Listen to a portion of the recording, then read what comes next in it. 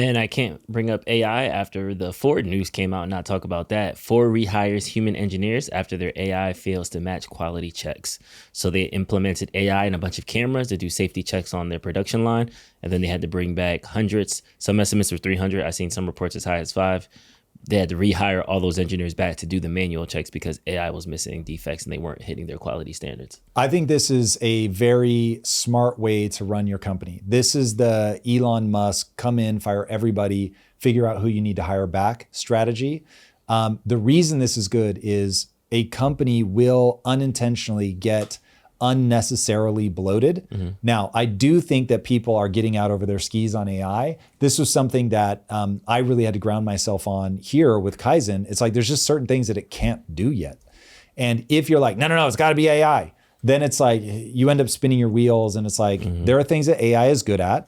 Use it for those things. There are things that AI is currently bad at. Don't use it for those things. Don't have, and this is what, I think it was Amazon, they put up a leaderboard and they're just like, you rank on the leaderboard based on how much you use AI. It's like, that is fucking stupid.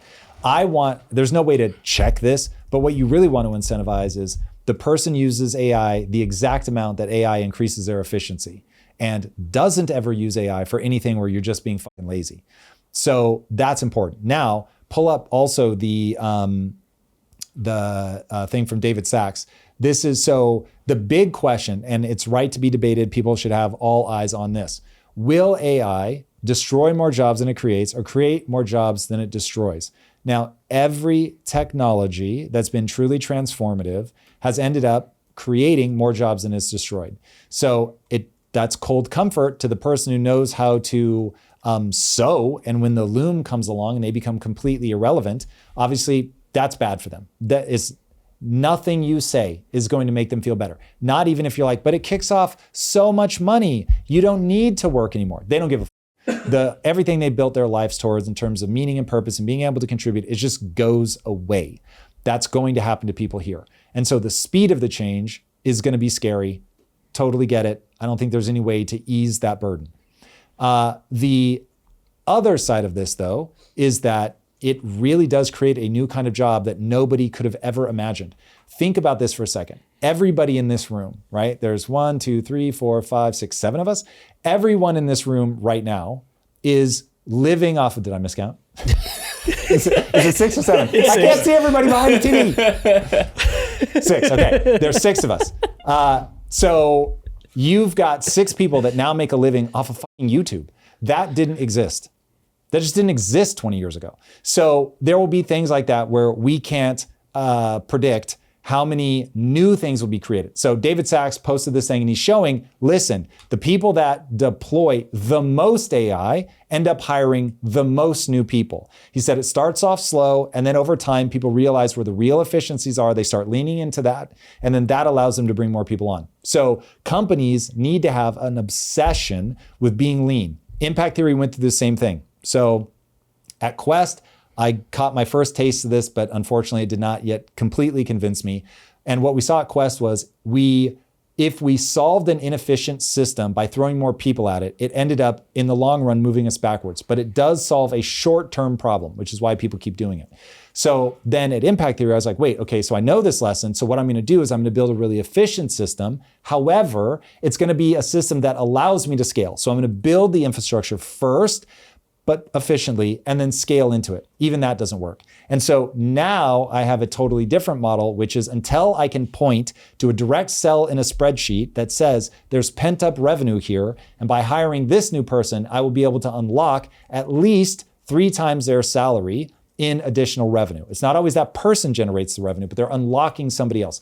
That has become way better, and we're now far more capital efficient, more profitable, et cetera, than we were before. And ironically, also just making more top line revenue, which is fucking wild. So we shrink the team, right? Focus just, here's a lesson in New York. We shrink our expenses and made more top line revenue and obviously more profit. The profit just becomes mechanistic of shrinking your expenses, which then for us was smart shrinking. And so it actually increased our revenue.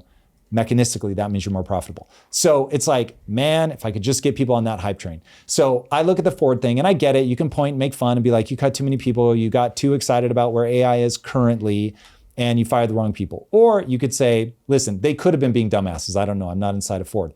But it's not a problem to say, okay, listen, this is what we think right now. We don't think we need these people. We think we're going to be able to get the return from AI.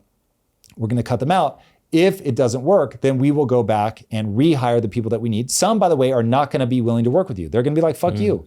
And they're going to go somewhere else, and you took that risk on that talent. And you may have to go find somebody else from somewhere else. Fair enough.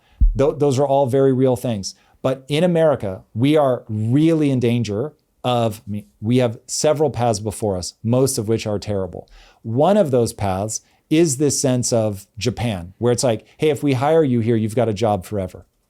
And that led to catastrophic stagnation in Japan. Now, it's a bit of a chicken and egg problem because they were stalling out for economic reasons, which is what made them make the promise, blah, blah, blah. But anyway, you end up calcifying where people aren't moving from company to company. It becomes very undynamic. You end up giving birth to what are known as zombie companies who are not creating anything new in the space, but they're able to live because they can just get cheap loans. It's a whole side thing that we could go down. That is the death of the American experiment. We should absolutely not go down that path. So I certainly understand that means, yes, every day people have to sing for their supper, which, by the way, as a CEO, I have to sing for my supper every day because people can leave whenever the fuck they want. And at the end of the day, I'm the only one who has no guarantee that I'm going to get paid. In 10 years, I have never missed a single payroll, even in the early days when I had to pay it out of my own fucking pocket to make sure that everybody got paid. So keep that in mind, the whole idea of risk and reward. So anybody can leave me whenever the fuck they want. And thankfully, we live in America, dynamic. You can go work for somebody else. So it's a trade-off. I get it. But it is the far better trade-off. Thanks for watching this clip from the Tom Bilyeu Show. If you haven't already, be sure to subscribe so you never miss one of these in the future. And if you want to catch us live, you can join us Monday, Wednesday, and Friday at 7 a.m. Pacific time. I hope to see you there.